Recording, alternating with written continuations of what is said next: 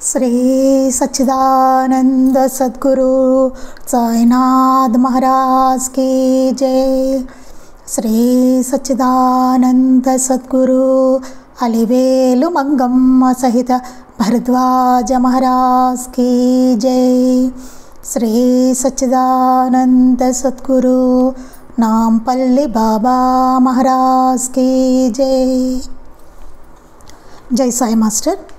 ఈరోజు సత్సంగంలో మనం నేను దర్శించిన మహాత్ములు 3 శ్రీ ఆనందమాయి అమ్మ దివ్య చరిత్ర చదువుకుంటున్నాం.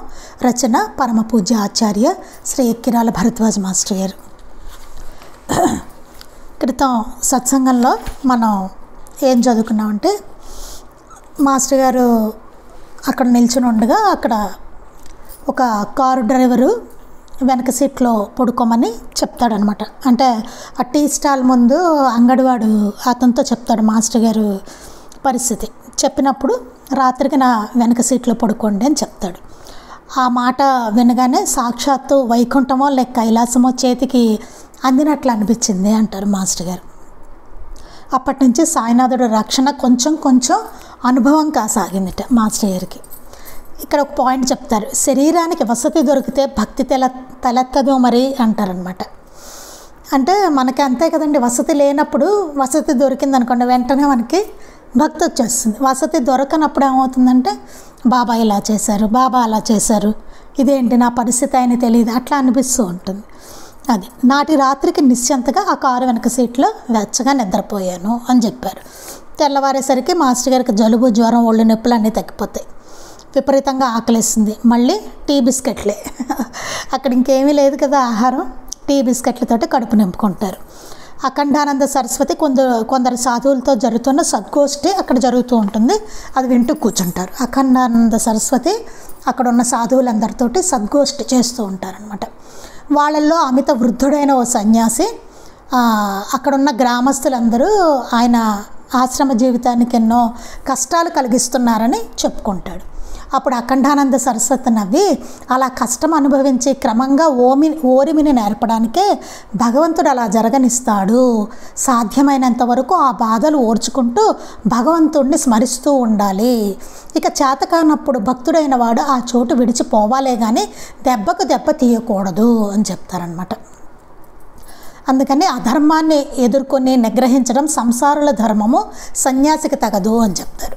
ఆయన ఎంత చెప్పినా వృద్ధ సన్యాసి ఊరట చెందడు. అప్పుడు అఖండానంద సరస్వతి గారు తాము మధుర బృందావనంలో సేవించిన ఒడియా బాబా అనే మహాత్ముడు వృత్తాంతం ఆయన కొంచెం క్లుప్తంగా చెప్తారు. మనం ఇది క్రితం సత్సంగంలో చదువుకున్నాం కాబట్టి ఒకసారి క్లుప్తంగా మనం చెప్పుకుందాం. అంటే మధ్యలో బ్రేక్ వచ్చింది కదా, మర్చిపోవడాలు జరుగుతాయి. అందుకని ఒడియా బాబా దగ్గరికి ఎంతోమంది భక్తులు, శిష్యులు వస్తుండేవారు అనమాట. వారిలో ముఖ్య శిష్యుడు దర్శనానికి వచ్చే భక్తులను, చివరికి స్వామిని కూడా ఎన్నో రీతులు వేధిస్తుండేవాడు. భక్తులందరితో తొలగించమని స్వామిని ఎంత తమ స్వప్రయోజనాల కోసం బాధించసాగారు. మొదటి శిష్యుని వారందరూ కలిసి తొలగిస్తారనమాట. అతన్ని ఎవరైతే అతను ఉన్నాడో అతను తొలగిస్తారు. ఆయనకు శాంతి కల్పించినందుకు ఆయన కృతజ్ఞతతో తమ ఇష్టాయిష్టాలకు విధేయులై ఉండాలన్నట్టు ప్రవర్తించసాగారు. ఆ భక్తులందరూ ఏం చేస్తారు, మేము అతని పీడ విరగడ చేశాం కాబట్టి మేము ఎట్లా చెప్తే ఆయన అట్లా మా ఇష్టాయిష్టాలకు విధేయుడై ఉండాలి ఆయన అన్నట్టుగా తయారవుతుంది అక్కడ పరిస్థితి. అంటే ఆయన ఏం వెళ్ళిపోమని చెప్పలేదు కదా అతన్ని, వీళ్ళు తొలగించేశారు ఆయన దగ్గర నుంచి. అంటే వీళ్ళకు కూడా ఏమవుతుంది, వాళ్ళ స్వప్రయోజనానికి అతను అడ్డొస్తున్నాడు, స్వామికే కాకుండా. అందుకనమాట క్రమంగా స్వామి అసమర్థుడని, తామే వారి రక్షకులమని చెప్పుకోసాగారు. ఆ భక్తులు ఏమైపోయింది, ఆయన ఏం మాట్లాడకపోయేసరికి ఏమనుకున్నారు, ఆయన అసమర్థుడు, మేము ఆయన రక్షకులం, మేము రక్షిస్తే తప్ప ఇంకేముండదు, మేమే ఆయన రక్షకులం అని చెప్పి వాళ్ళు అనుకున్నారు. మొదటి శిష్యుడు కూడా తనని వారందరూ కలిసి తొలగిస్తుంటే చూస్తూ ఊరుకన్నందుకు స్వామిపై కక్ష కట్టాడు. ఆ శిష్యుని తొలగించారు కదా వాళ్ళందరూ కలిసి భక్తులు, తొలగించినప్పుడు స్వామి ఏమో చూస్తూ ఊరుకున్నారు, వాళ్ళని నిగ్రహించలేదు అని చెప్పి స్వామి మీద కక్ష కడతాడు. ఆయన తనకు క్షమాపణ చెప్పుకొని పిలిపించుకోకుంటే ఆయనను హతమారుస్తానని నలుగురిలో శపథం చేయసాగాడు. ఆయన నన్ను పిలిపించుకొని క్షమాపణ చెప్పుకోవాలట మహాత్ముడు, చెప్పుకోకపోతే ఆయన చంపేస్తాడట అని శపథం చేశాడట. మొదటి కొద్ది రోజులు అతడిపై కునుకుతో భక్తులు ఆర్భాటంగా స్వామికి కాపలా ఉన్నారు. అతని మీద కోపం వలన స్వామికి వాళ్ళు కాపలా ఉన్నారనమాట, చంపుతాను అన్నాడని. కానీ క్రమంగా వారి భక్తి శ్రద్ధలు సన్నగిల్లి ఎవరి పనులు వాళ్ళు చూసుకోసాగారు. కొన్నాళ్ళు ఉండేసరికి ఏమైంది, క్రమంగా భక్తి పోయింది వాళ్ళకి, అంటే సన్నగిల్లింది కొంచెం. ఎవరి పనులు వాళ్ళు చేసుకుంటున్నారు. అప్పుడు అంత రక్షణ కల్పించట్లేదు ఆయనకి. వారికి ఆశీస్సులు అవసరమైనప్పుడు మాత్రం వచ్చి ఆయన దగ్గర ఆశీస్సులు తీసుకుని వెళ్ళిపోతూ ఉండేవారు. అలా చేసేవారు అనమాట. అంతలో ఏమైంది, స్వామి యొక్క ముఖ్య శిష్యుడు ఒక అతన్ని మంచి చేసుకుని, ఆ శిష్యుడు అన్నాడు కదా శబదం చేసినవాడు, వాడు తిరిగి మళ్ళీ ఆశ్రమానికి వస్తున్నట్ట. అది గమనించిన కొందరు భక్తులు స్వామి ఈ దుష్టుని మరలా దగ్గరికి చేరనిస్తున్నారేమి అని అడిగారు. అడిగితే స్వామి అన్నారట, సాధువులమైన మేము ఎవరిని రమ్మనమనము పొమ్మనమనము. సాధువులం మేము, ఎవరు వచ్చినా వస్తారు, వెళ్ళిపోయేవాళ్ళు వెళ్ళిపోతారు, అంతే, మేమేం అనం అని చెప్పారట. మాస్టర్ గారు కూడా అంతేనండి, చెప్పానేమో ముందు సత్సంగంలో, ఎంతమంది వచ్చినా మీరు ఎప్పుడు వెళ్ళిపోతారు అలాంటి ప్రశ్న అసలు ఉండేది కాదు మాస్టర్ గారి దగ్గర. మాస్టర్ గారు అమ్మగారి దగ్గర వాళ్ళు ఎన్ని రోజులు కావాలంటే అన్ని రోజులు ఉండేవారట. మాస్టర్ గారు ఏం చెప్పేవారు, ఇది బాబా ఇల్లు, వాళ్ళు వస్తున్నారు, ఉన్నంతకాలం ఉంటారు, మళ్ళీ బాబా ఎప్పుడు వెళ్ళిపోమంటే వెళ్తారు, అంతే అనేవారట. అలా ఉండేవారు మాస్టర్ గారు. అంటే మొత్తం బాబాదే, అంతే, ఆయన ఇష్ట ప్రకారమే జరుగుతుంది, అలా ఉండేవారు. ఎవరెవరికి మాతో ఎలాంటి రుణానుబంధం ఉన్నదో దాన్ని నెరవేర్చుకోవడానికి వచ్చి ఆ కాస్త పూర్తి చేసుకుని పోతారు అని చెప్పారట. మాతో ఎవరెవరికి ఏ రుణానుబంధం ఉంటుందో వాళ్ళు వచ్చి అది పూర్తి చేసుకుంటారు, వెళ్ళిపోతారు అన్నాడు. అవన్నీ చూసుకోవాల్సింది మీరు. మీరు రక్షణ చూసుకుంటారో చూసుకోరో అదంతా మీరు. నేనైతే చెప్పను ఏమి, ఎవరిని రమ్మనమన్నో పొమ్మనమన్నో, నాకు కాపలాగాయ అని చెప్పను, వద్దని చెప్పను, నేనేం చెప్పను అని చెప్పారు ఆయన. మాకు ఈ దేహం ఉన్నా పోయినా ఒకటే, దేహం ఉన్నంత వరకు భగవంతునికి జీవులకు చేతనైన మేరకు సేవ చేయడం ఒక్కటే మాగిది అని మాత్రమే అన్నారు. ఇప్పుడు ఏమవుతుంది, అఖండానంద సరస్వతి గారు అది కనిపెడతారు. కనిపెట్టి చాలా రోజులు స్వామికి కాపలా ఉంటారు అన్నమాట. స్వామిని ఏమన్నా చేస్తారేమోనని అఖండానంద సరస్వతి గారు కాపలా ఉన్నారట. ఒకరోజు తీవ్రమైన జ్వరంతో ఈయన లేవలేకుండా పడి ఉన్నారట అఖండానంద సరస్వతి గారు. స్వామి సేవకులు ఇద్దరు అక్కడ నన్ను ఎవరు పట్టించుకోలేదు. ఈయన్ని జ్వరం వస్తే నేను కూడా స్వామి సన్నిధిలో ఒక స్థానం ఏర్పరచుకోవడం వారికి ఇష్టం లేదు. ఈయన కాపలాగా ఉండి చూసుకుంటున్నారు కదా స్వామిని, ఈయనకు కూడా అక్కడ సన్నిధిలో ఒక ప్లేస్ వచ్చేస్తుంది, స్థానం, అందుకని అది వాళ్ళకి ఇష్టం లేదు. ఆ అయిష్టాన్ని ఈయనకి జ్వరం వస్తే చూసుకోకుండా అట్లా వ్యక్తం చేశారనమాట. కేవలం స్వామిని చూసి మాత్రమే నన్ను ఉపేక్షించారు, లేకపోతే వాళ్ళు ఈయన పంపించేవారు అక్కడి నుంచి, ఏదో చేసేవాళ్ళు, కానీ స్వామిని చూసి వాళ్ళు ఊరుకున్నారనమాట. నాటి రాత్రి ఒడియా బాబా నాకు స్వయంగా జావ కాచి ఇచ్చారు. నేను కంటనీరు పెట్టి, స్వామి నేను మీకు సేవ చేయాల్సింది పోయి మీ చేత సేవ చేయించుకోవాల్సి వచ్చింది, నేను ఎక్కడికైనా వెళ్ళిపోతాను అన్నాను. స్వామి అనునయంగా నా కన్నీరు తుడిచి నాకు రగ్గు కప్పి తల వీపు నిమిరి, నేను తల్లిని, నీవు బిడ్డవు, అవసరం వచ్చినప్పుడు నేను కూడా నీకు పరిచర్యలు చేయవచ్చు, ఇక నుండి నీకు ఇలాంటి బాధలు ఉండవులే, ఎప్పుడూ నా ప్రేమను ఇలా చల్లగా అనుభవిస్తూ ఉండవచ్చులే, ఈ రోజుకు హాయిగా విశ్రాంతి తీసుకో, జరగవలసినవన్నీ పరమ దయాళువైన ఆ పరమేశ్వరుడే చూచుకుంటారు అని చెప్పి తమ మఠం లోపల భాగంలో పడుకున్నారు. ఆయన రోజు తలుపులు మూసుకుని పడుకునేవారు. ఆ రోజు అవసరమైనప్పుడు నన్ను పరామర్శించడానికి కాబోలు తలుపులు బార్లా తెరుచుకు పడుకున్నారు. ఆ రోజు మాత్రం తలుపులు బార్లా తెరుచుకున్నారు. ఎందుకంటే బయట ఆయన అఖండానంద సరస్వతి గారు పడుకున్నారు, ఆయనకి జ్వరం ఉంది కదా, మధ్య మధ్యలో వెళ్ళి చూడొచ్చు అన్నట్టుగా కాబోలు అంటున్నారు, దైవ నిర్ణయం. ఇంకా నాకు ఆ రాత్రి అంతా ఒళ్ళు తెలియకుండా నిద్ర పట్టింది. ఈయన ఫీవర్తో ఉండడం వల్ల ఈయన నిద్రపోయారు. మెలకు వచ్చేసరికి బాగా ఎండెక్కిపోయింది. ఆశ్రమం అంతా జనాలతో కిటకిటలాడిపోతుంది. లేచి చూద్దును కదా, నాటి అర్ధరాత్రి ఆ ప్రథమ శిష్యుడు స్వామిని హతమార్చి పారిపోయాడు. వాడు శపథం చేశాడు కదా, వాడు హతమార్చిపోయాడు. స్వామి అన్న మాటలకు అర్థం అప్పుడు కానీ నాకు తెలియలేదు, అప్పుడు కానీ తెలియలేదన్నమాట. ఇంకా నీకు ఇక్కడి నుంచి ఇంకా కష్టం ఉండదులే, ఇవన్నీ చెప్పారు కదా ఆయన, ఈశ్వరుడే చేసుకుని వెళ్ళిపోతాడు పని, అదనమాట. అందుకని ఎవరేం చేసినా జరగవలసింది జరిగిపోయింది. మహాత్ములకు, సాధకులకు, యుద్ధ వీరులకు ఒకటే ధర్మం. పట్టు విడవకుండా, వెనుతిరగకుండా స్వధర్మం ఆచరించడం ఒకటే కర్తవ్యం. ఎన్ని కష్టాలు వచ్చినా, చివరకు మృత్యువే ఎదురైనా పట్టు విడవని వారే సాధనలో సఫలులవుతారు. ఒడియా బాబా తమను రక్షించుకోవడానికి తమ శక్తిని కించిత్తు కూడా ఉపయోగించలేదు. ఆయన మరి మహాత్ముడు, ఆయన శక్తి ఉపయోగించి ఏమైనా చేయొచ్చు కదా, ఏం చేయాలి. ఆయన ఆ శక్తి అందుకు ఉపయోగించాల. ఆయనకున్న శక్తిని దేనికి ఉపయోగిస్తున్నారు? ప్రజలందరి కష్టాలు తీర్చడానికి, వాళ్ళని సన్మార్గంలో పెట్టడానికి, అంతే తప్ప వాళ్ళని వాళ్ళు రక్షించుకోవడానికి ఎప్పుడు మహాత్ములు ఉపయోగించరు వారి శక్తిని. చూడండి, వారి దేహం పైన వారికి ఎట్టి విలువ ఉండదు. పంచభూతాల నుండి ఏర్పడే ఇతర జీవుల నుండి సేవలు పొంది వృద్ధి చెందిన వారి దేహం ఉన్నంత వరకు సర్వజీవులకు నిర్విరామంగా హితం చేయడం ఒక్కటే వారికి సార్థకత. వాడి శరీరంతో ఉన్నంతకాలం సర్వజీవులకు హితం చేయడమే, అంతే. అంతటి మహత్తరమైన వారి జీవితం యొక్క విలువను గుర్తించి మన ఇంటిలోని దీపంగా సంరక్షించుకోవాల్సింది వారి భక్తులే. వారెంత విలువైన వారు అన్నది గుర్తుపెట్టుకుని మనం వారిని జాగ్రత్తగా చూసుకోవాలి. అంటే భక్తులే వాళ్ళని జాగ్రత్తగా చూసుకోవాలి, సంరక్షించుకోవాలి. అది దీనితో పోలిస్తే మీకు వచ్చిన కష్టము ఎంతది గనుక అన్నారట. ఎంతో మీరేదో మీ గ్రామంలో వాళ్ళందరూ ఇబ్బంది పడుతున్నారన్నారు కదా, దీంతో పోలిస్తే ఎంత మీ కష్టం ఒడియా బాబా గారికి చూడండి అని చెప్పారట శ్రీ అఖండానంద స్వామి. అంతటితో ఆ వృద్ధ సన్యాసి ఎంతో ఊరట చెందాడు. అప్పుడు ఆయన కాస్త ఊరట చెందట, నా కష్టం ఎంత ఇవన్నీ చూసుకుంటేను, ఓహో ఎంత ఉంటుందా అని అనుకున్నారట ఆయన. ఇక్కడి నుంచి మనం చెప్పుకోవాలండి. గురుభక్తి నిశ్చలమయ్యేదలా అని అడిగాడు ఒక బ్రహ్మచారి. ఆ అఖండానంద సరస్వతి గారు సద్గోష్ఠి చేస్తున్నారు కదా, అందరూ కూర్చుని ఉన్నారు కదా, ఈ ఒడియా బాబాది అయిపోయింది కదా చెప్పారు. కాదు నిజంగా జరిగిన సంఘటన చెప్పారు, అయిపోయింది.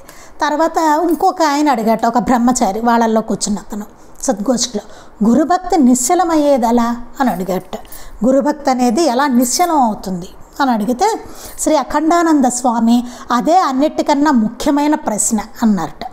మొదట చాలినంతకాలం గురువును పరిశీలించి వారి పట్ల నిస్సందేహమైన గురుభావం ఏర్పడ్డాకనే వారినే గురువుగా స్వీకరించక తాత్కాలికమైన ఉద్రేకంలో తొందరపడి ముందుగానే స్వీకరించడం వల్ల అటు తర్వాత ఎన్నెన్నో సంశయాలు తలెత్తుతాయి అని చెప్తున్నారు. ఇక్కడ ఏం చెప్తున్నారంటే అన్నిటికన్నా ముఖ్యమైన ప్రశ్న ఇది. మొదట చాలినంతకాలం గురువును పరిశీలించాలట. అంటే ఆయన ఎట్లా ఉంటున్నారు, ఏం చెప్తున్నారు, మనకి చెప్పినట్టుగా ఆయన జీవిత విధానం ఉందా లేదా. ఇప్పుడు నా బోటి వాళ్ళు ఉన్నారనుకోండి, చెప్తాను, కానీ నేను ఆచరిస్తున్నానా లేదా, నేను ఆచరించకపోవచ్చు కదా. ఎందుకంటే మనం అందరం లెర్నింగ్ స్టేట్లోనే ఉన్నాం, అందరం ఒకటే. మనం చెప్పేది గురువులని ఉండేవాళ్ళ గురించి అన్నమాట. వాళ్ళు ఆచరిస్తున్నారా లేదా వాళ్ళు చెప్పేది పరిశీలించుకోవాలి. ఇప్పుడు నకిలీ ఆధ్యాత్మికత అంతలా వచ్చేసిందంటే కారణం ఏమిటి? ఎవరు పరిశీలించట్లేదు. వాళ్ళ జీవితాలు ఎట్లా ఉన్నాయి, అసలు వాళ్ళు ఎలా ఉంటున్నారు, చెప్పినవి వాళ్ళు ఆచరిస్తున్నారా, మనకి చెప్తున్నారా, ఊరికే బోధిస్తున్నారా మనకి, వాళ్ళు ఆచరిస్తున్నారా లేదా, వాళ్ళు అలా ఉన్నారా లేదా, ఆ గురువుకి ఉండే క్వాలిఫికేషన్స్ అన్నీ వాళ్ళకు ఉన్నాయో లేదా, ఇవన్నీ పరిశీలించాలి. ఇది కలికాలం, మరింత నిశ్చితంగా పరిశీలించాలి. ఇక్కడ మామూలుగానే గురువు అనుకునే వాళ్ళని కాస్త పరిశీలించు, తొందరపడక అని చెప్పారు. అలాంటిది మరి ఈ కాలంలో ఇంత దొంగ గురువులు ఉన్నప్పుడు పరిశీలించద్దండి. పరిశీలించకపోతే ఏమవుతుంది, ఎవడో ఒకటికి తల తాకట్టు పెట్టేస్తాం. ఈ జన్మ అంతా వాడికి మనకి రుణానుబంధం, వచ్చే జన్మకు కూడా అవే కొనసాగుతూ ఉంటాయి మనకి. ఇంకెప్పుడు ఇంకా అసలైన మహనీయులను సేవించుకునేది అది.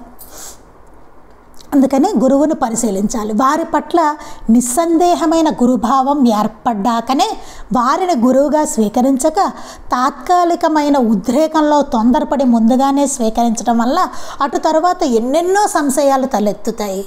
ఇక సందేహం లేకుండా నీకు గురుభావం కలిగే వరకు పరిశీలించుకోవాలి. అప్పుడే అన్నమాట నమ్మాల్సింది. ఏమన్నా తొందరపడి మనం తాత్కాలికమైన ఉద్రేకంలో పడిపోయి ముందుగానే స్వీకరిస్తే తర్వాత ఎన్నెన్నో సంశయాలు కూడా వచ్చేస్తాయి అని చెప్తున్నారు ఇక్కడ.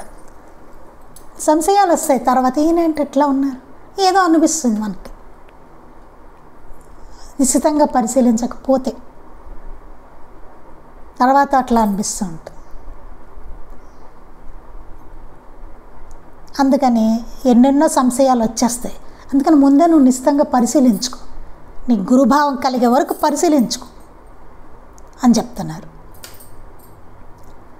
మాయ ఒక పట్టాన్న ఏ జీవిని తన పిడికిట్లో నుంచి అంత సులభంగా విడిచిపెట్టదు. మాయ అనేది అంత తొందరగా మనని వదిలిపెట్టదు. దాని ప్రతిరూపమే మనలోనే అహంకారం కూడా. దాని ప్రతిరూపం ఏంటంటే ఆ మాయ యొక్క ప్రతిరూపమే మనలో ఉండే అహంకారం అంట. కనుక అవి రెండూ కూడా వాటి నుండి తప్పుకునే మన ప్రయత్నాన్ని సుస్థిరంగా కొనసాగనీయవు. ఈ మాయా అహంకారాలు అనేవి ఇవి మన ప్రయత్నాన్ని ఎప్పుడు సుస్థిరంగా కొనసాగించనివ్వవు అన్నమాట, వెళ్ళనివ్వు. లేకుంటే లోకమంతా ఏనాడో మహాత్ములతో నిండిపోయేది. లేకపోతే ఈ లోకం మనం అందరం కూడా మహాత్ములం అయిపోయేవాళ్ళం కదా. సంసారంలో జీవించేవాడిని తాత్కాలికమైన ఆవేశంలో గురువును మోక్షాన్ని అన్వేషించేలా చేస్తుంది. ఇలా సంసారంలో జీవించే వాళ్ళందరినీ తాత్కాలికమైన ఆవేశంలో అప్పటికప్పుడు ఆవేశం మనకు వచ్చేసి గురువు కావాలి, మోక్షం కావాలి అని అన్వేషించేసేలాగా చేసేస్తుంది ఈ మాయ అని చెప్తున్నారు ఈ ప్రపంచం. కానీ అడుగడుగున అతడిటి ప్రయత్నంలో నిలువనీయకుండా అదే అన్ని అడ్డంకులను కలిగిస్తుంది. ఈ ప్రకృతే, ఈ మాయే మళ్ళీ మన ప్రయత్నాన్ని నిలువనీయకుండా అదే మళ్ళీ అడ్డంకుగా చేస్తుంటుంది. అదే మనకి కావాలనిపిస్తుంది, మోక్షం కావాలి, గురువు కావాలి, దైవాన్ని సేవించకప్ప నేను గొప్పగా ఉండాలి అనిపిస్తుందా లేదా అంటే మన బాబా చరిత్ర చదువుతుంటే బాబా చెప్పినట్టుగా ఉండాలి అని అనిపిస్తుంది. కానీ మనం మొదలుపెట్టామనుకోండి దాన్ని ఆచరించడం, అప్పుడు ఏమవుతుంది, ఇదే ప్రకృతి, ఇదే మాయ మా ప్రయత్నంలో మనల్ని నిలువనీయకుండా అడ్డంకులు కూడా తెస్తుంది.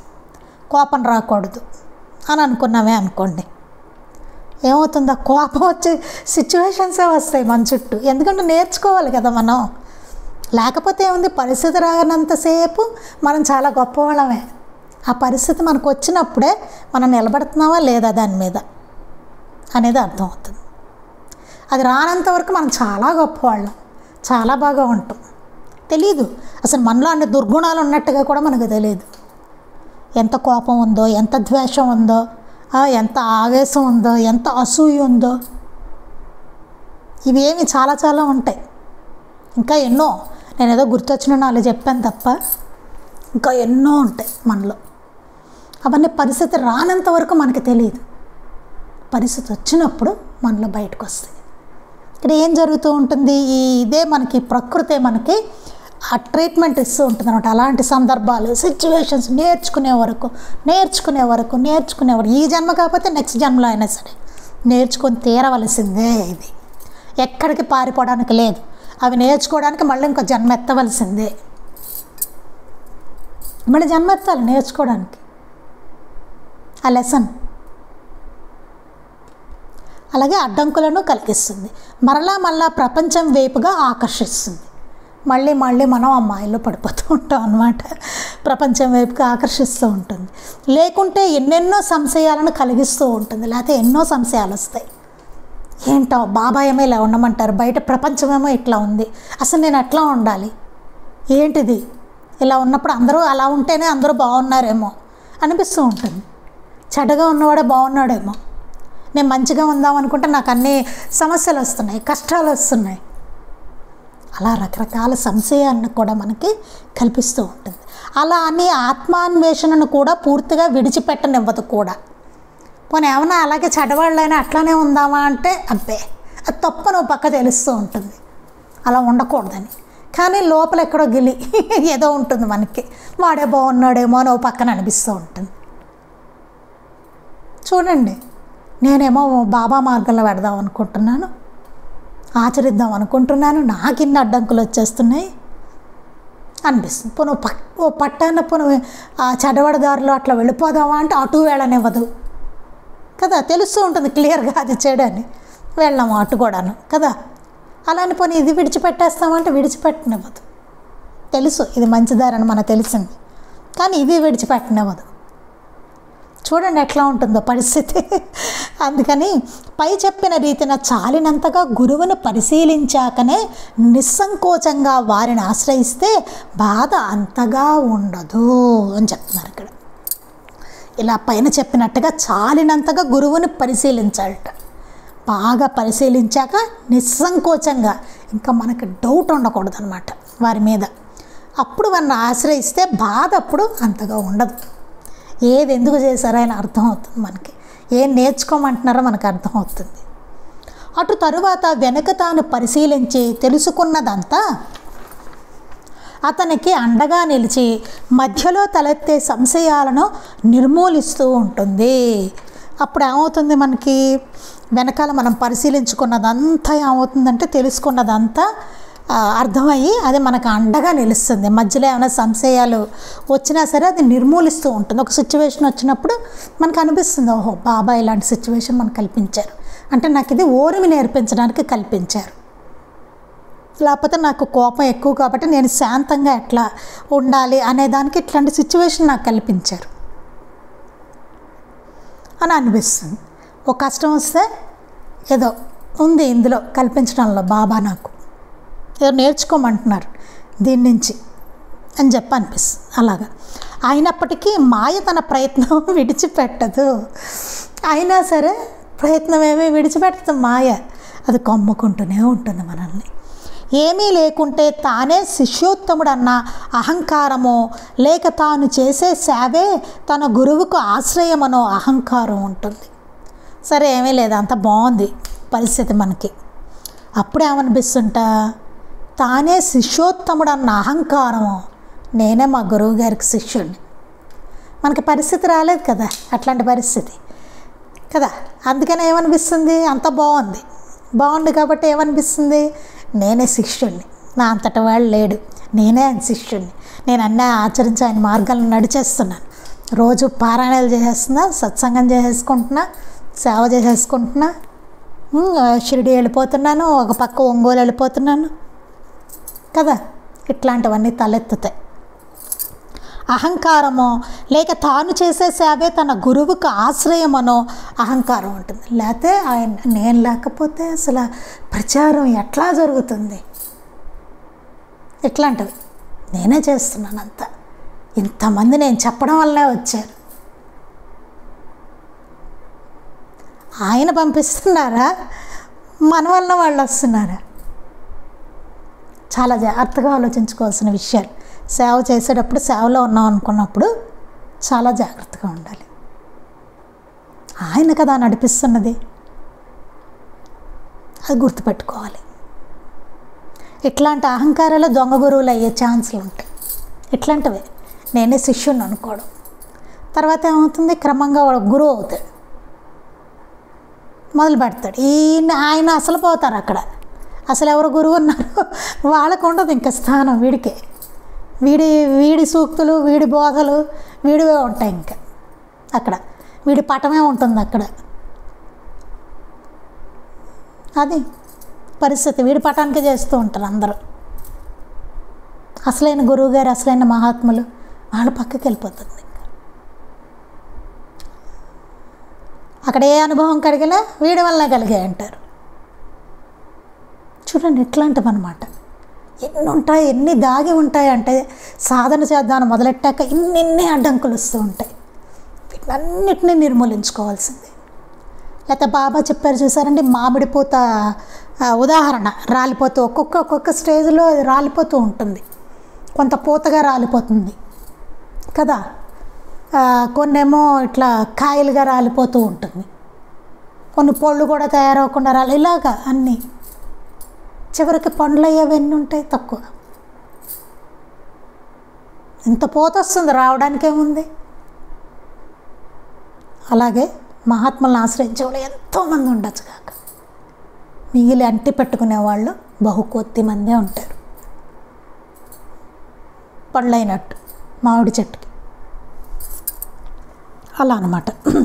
అలాంటి అహంకారం కూడా ఉంటుంది. తాను సేవ చేయకపోతే అసలు జరగదేమో అన్నట్టుగా బయలుదేరుతుంది. అలాంటివి కలగకుండా ఉండాలంటే శిష్యుడిగా మన ఆచరించవలసిన ధర్మం తెలుసుకొని దానిని రూపొందించిన మహర్షులపై అపారమైన విశ్వాసంతో దానిని తరచూ తప్పకుండా పాటిస్తుండాలి. అసలు శిష్యుడు ధర్మాలేంటి తెలుసుకోవాలి. ముందు ఏం చెప్పారు, ఎట్లా ఉండమన్నారు? మన గురు చరిత్ర చూడండి, ఎలా ఉన్నారు వాళ్ళ శిష్యులు గురువుగారి దగ్గర. ఇవన్నీ ఆ ధర్మాన్ని తెలుసుకోవాలి. శిష్యుడిగా మన ఆచరించవలసిన ధర్మాన్ని తెలుసుకోవాలి. దానిని రూపొందించిన మహర్షులపై అపారమైన విశ్వాసంతో దానిని తరచూ తప్పకుండా పాటిస్తూ ఉండాలి. అది రూపొందించిన మహర్షుల మీద విశ్వాసం ఉండాలి. విశ్వాసం పెట్టుకుని దానిని తప్పకుండా పాటించాలట. అంటే మనం గురువులు అవ్వాలని అనుకోకూడదు. మాస్టర్ గారు సాయి సన్నిధిలో రాస్తారు, ఇదంతా చదివాక మనం గురువులు అవ్వాలని గుబులు పుట్టకుండటగాక అని రాస్తారు. చూడండి, చాలా స్పష్టంగా రాశారు మాస్టర్ గారు. అంటే అవన్నీ తలెత్తుతాయి అన్నమాట. మనలో తెలుసు, వాళ్ళకి తెలుసు కదా మహాత్ములకి ఎట్లాంటివి మనలో వస్తాయో వికారాలు. అది అందుకని అది తప్పకుండా పాటించాలి. ఆ శిష్యుని యొక్క ధర్మాలను పాటించాలి. మనతో గురువెంత ప్రేమగా మసులుకున్నా మనం మాత్రం మన ధర్మం మర్చిపోకూడదు. అది వారి ధర్మం, ఇది మన ధర్మం. చూడండి, వారు మనతో ఎంతో ప్రేమగా ఉంటారు కదా. మహాత్ములు ఎంతో ప్రేమగా ఉంటారు. అదేంటంటే వారి ధర్మం అది.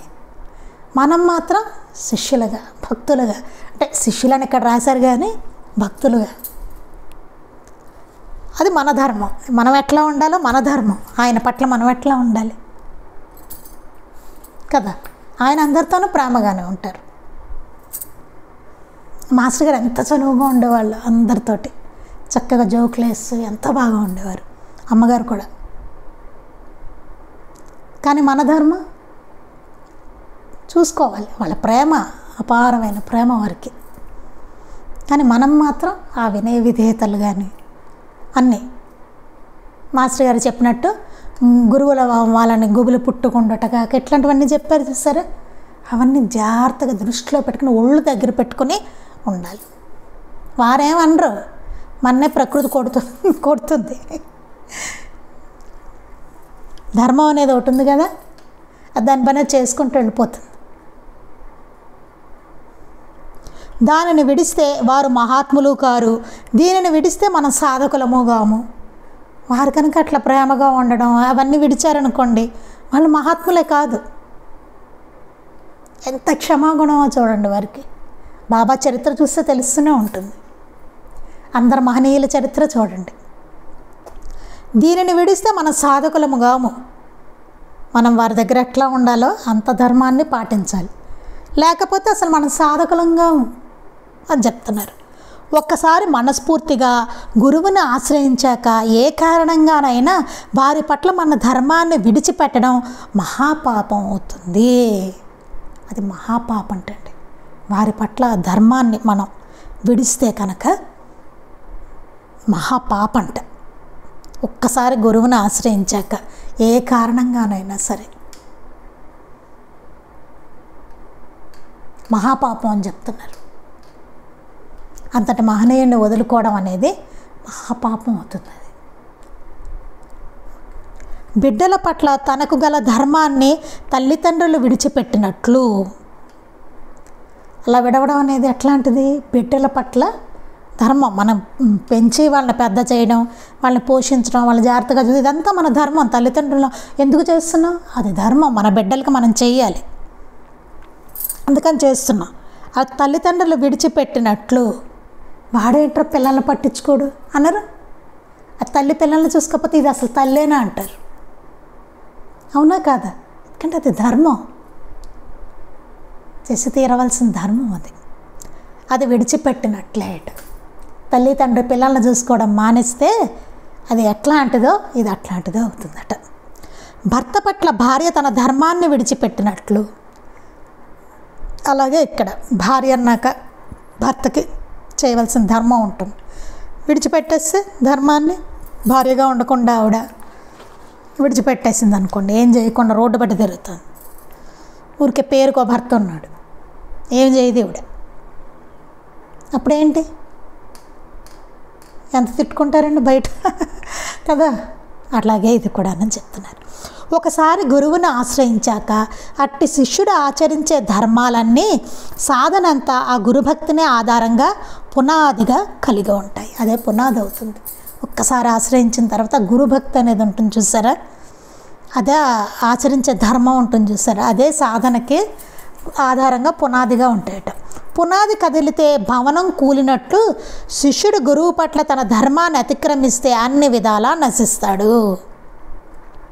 శిష్యుడు ఎప్పుడైతే గురువు పట్ల తన ధర్మాన్ని అతిక్రమించాడో, పునాది కదిలితే భవనం అంతా పడిపోతుంది కదండి, అలాగే ఈ శిష్యుడు కూడా నశిస్తాడండి. అంటే ఆ ధర్మం, మనం చేయవలసిన ధర్మం అనేది అంత గట్టిది అనమాట, పునాది లాంటిది. అది చేయలేదు, పునాది కదిలితే భవనం పడిపోయినట్టు మనం కూడా పడతాం, మనం కూడా నశిస్తాం. అతడు ఇంకే ధర్మం ఆచరించినా ప్రయోజనం ఉండదు. వీడు ఏ ధర్మం చేసినా ఇంక ప్రయోజనం ఉండట, ఏ ధర్మం ఆచరించినా సరే. అప్పుడు ఒక్కసారి గురువుగారి దగ్గర వీడి ధర్మం అతిక్రమించాడంటే మాత్రం, విడిచిపెట్టాడంటే మాత్రం గురువు పట్ల ఉండవలసిన ధర్మాన్ని, వీడు ఇంకా ఎన్ని ధర్మాలు చేసినా ఇది ధర్మం కదా నేను నడుస్తున్నాను ఇందులో అన్నా సరే ప్రయోజనం ఉండదు. ఎంత క్లియర్గా చెప్పారో చూడండి. అంటే గురువు పట్ల ఉండవలసిన ధర్మం అంత హయ్యర్ స్టేట్లో ఉంటుంది, అది అంత గొప్పది, అంత ముఖ్యమైనది. అలా అని అటు తర్వాత ధర్మాన్ని విడిచిపెట్టిన ఇతర జీవుల కంటే అతడు ఎక్కువ శిక్ష అనుభవించవలసి ఉంటుంది. ఇప్పుడు సరే, మరి గురువుగారి దగ్గర ధర్మం పోతూ మనకి ఇదవుతుంది కదా, అలానే ఇప్పుడు ఆచరించే ధర్మాన్ని పోను వదిలినా వాడు ఏమవుతుందంటే ఇతర జీవుల పట్ల, విడిచిపెట్టిన ఇతర జీవుల కంటే, ధర్మాన్ని విడిచిపెట్టిన ఇతర జీవుల కంటే అతడు ఎక్కువ శిక్ష అనుభవించవలసి ఉంటుంది. అలా అని ఇతను మామూలుగా చేయవలసిన ధర్మాన్ని వదిలాడు అనుకోండి, ఏమవుతుంది, ఇతర జీవుల ధర్మం వదిలితే శిక్ష ఉంటుంది కదా. మామూలుగా తల్లిదండ్రులు బిడ్డను చూడకపోయినా, బిడ్డల తల్లిదండ్రులను చూడకపోయినా ధర్మం వదలడం, అది ఆ ధర్మం వదిలినప్పుడు దానికి శిక్ష పడుతుంది, ఆటోమేటిక్ ఉంటుంది. మనకి ఇప్పుడు తెలియపోవచ్చు కానీ ఉంటుంది, శిక్ష పడుతుంది దానికి, మనం చేసేవాటికి అన్నిటికీ శిక్ష పడుతుంది. ఇలాగా గురువు దగ్గర ఉండి ధర్మాన్ని విడిచి వచ్చిన వాడు ఉంటాడు చూసారా, వాడికి ఇంకా ఎక్కువ శిక్ష పడుతుంది, వాడు అధర్మంగా ఉంటే. చూడండి, వీడు ఇంకా హయ్యర్, మిగతా వాళ్ళతో పోలిస్తే కొంచెం హయ్యర్గా ఉన్నాడు కదా, వీడికి అన్నీ తెలుసు, ఏది తప్పో ఏది ఒప్పో, కానీ వదిలేశాడు వీడు, చెయ్యట్లా, ధర్మాన్ని ఆచరించట్లా. అప్పుడేమవుతుంది, వీడు ఇంకా శిక్ష అనుభవించవలసింది, మామూలు వాళ్ళకన్నా ఎక్కువ శిక్ష అనుభవిస్తాడు. ధర్మం ఎరుగని పసిబిడ్డలు ఎంత తప్పు చేసినా చట్టం శిక్షించదు. ధర్మాధర్మాలు ఎదిగిన పెద్ద మనిషి ఎంత స్వల్పంగా ధర్మం తప్పినా అది పెద్ద తప్పే అవుతుంది. తెలుసు కదండి, చిన్నపిల్లలు ఏదైనా పొరపాటు చేస్తే వాడు చిన్నపిల్లవాడు ఎక్స్క్యూజ్ ఉంటుంది, అదే పెద్దవాడే అదే పొరపాటు చేస్తే చాలా తప్పది. ఇప్పుడు చిన్న ఎగ్జాంపుల్ చెప్తాను, ఇంతవరకు మనకి అక్కర్లేదు. చిన్న ఎగ్జాంపుల్, చిన్నపిల్లలు అబద్ధం ఆడారు, అంత పెద్దగా ఉండదు దానికి కదా, తప్పురా ఎప్పుడు అబద్ధం చెప్పకూడదురా, ఎందుకు అలా చెప్పావు, చిన్న మందలింపు ఉంటుంది. పెద్దవాడు అబద్ధం ఆడాడండి, పెద్దవాళ్ళు అబద్ధం ఆడారు, ఓ 60-70 ఏళ్ళవాడు అబద్ధం ఆడాడు అనుకోండి, ఎంత చండాలంగా ఉంటుంది తెలుసు కదా. అది అంత డిఫరెన్స్ ఉంటుంది. ధర్మం తెలిసినవాడు ధర్మం తప్పితే ఆ శిక్ష ఎక్కువగా ఉంటుంది చాలా. ఇప్పుడు రావణాసురుడు ఉన్నాడు, వాడి ధర్మం తెలియదా, తెలుసు, వాడికి తెలియపడం ఏం లేదు, వాడు బోర్డు శాస్త్రాలు చదివాడు, తపస్సు చేశాడు, మంచి పరిజ్ఞానం ఉంది వాడికి, పిచ్చ ఇంటెలిజెంట్ వాడు, కానీ ధర్మం తప్పాడు వాడు, తెలుసు వాడికి, తెలియడానికి తెలుసు, కానీ ఆచరించలేదు దాన్ని. వాడు తెలిసి చేస్తున్నాడు కదా ఈ తప్పు, అందువలన తెలిసి ధర్మాన్ని తప్పుతున్నాడు వాడు. ధర్మశాస్త్రం చదవలేదంటే చదివాడు వాడు, అలా ఏం లేదు వాడికి. అన్నీ చదువుకున్నాడు వాడు, మహావిజ్ఞానవంతుడు, పరమశివ భక్తుడు కూడా. అన్నిటికన్నా విచిత్రం. కానీ ఏమైంది? ధర్మం తప్పాడు వాడు. దాంతో శిక్ష, పనిష్మెంట్ ఎంతలా పడింది వాడికి కదా. అలాగే ఎక్కువ ఉంటుంది పనిష్మెంట్ పెద్దవాళ్ళు తప్పు చేస్తే. చిన్నపిల్లలు తప్పు చేస్తే చిన్న మందలింపు, అంత ఉండదు. పెద్దవాడు చేస్తే చాలా ఎక్కువ ఉంటుంది పనిష్మెంట్. తెలిసి చేసామంటే మాత్రం ఎక్కువ ఉంటుంది. ప్రకృతిలో పనిష్మెంట్ ఎక్కువ ఉంటుంది మనకి. అందుకని చాలా జాగ్రత్తగా ఉండాలి, చాలా చాలా జాగ్రత్తగా ఉండాలి. చాలా బాగుంది, చూసారండి ఎంత బాగా చెప్పారు ఆయన, అఖండానంద సరస్వతి స్వామి. అది రేపు ఇంకా ఏం చెప్పారన్నది రేపు చదువుకుందాం. శ్రీ సచ్చిదానంద సద్గురు సాయినాథ్ మహారాజ్ కీ జై.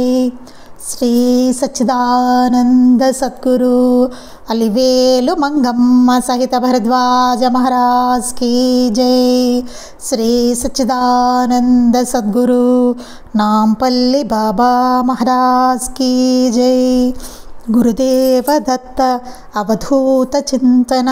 లోకా సమస్తాః సుఖినో భవంతు, లోకా సమస్తాః సుఖినో భవంతు, లోకా సమస్తాః సుఖినో భవంతు.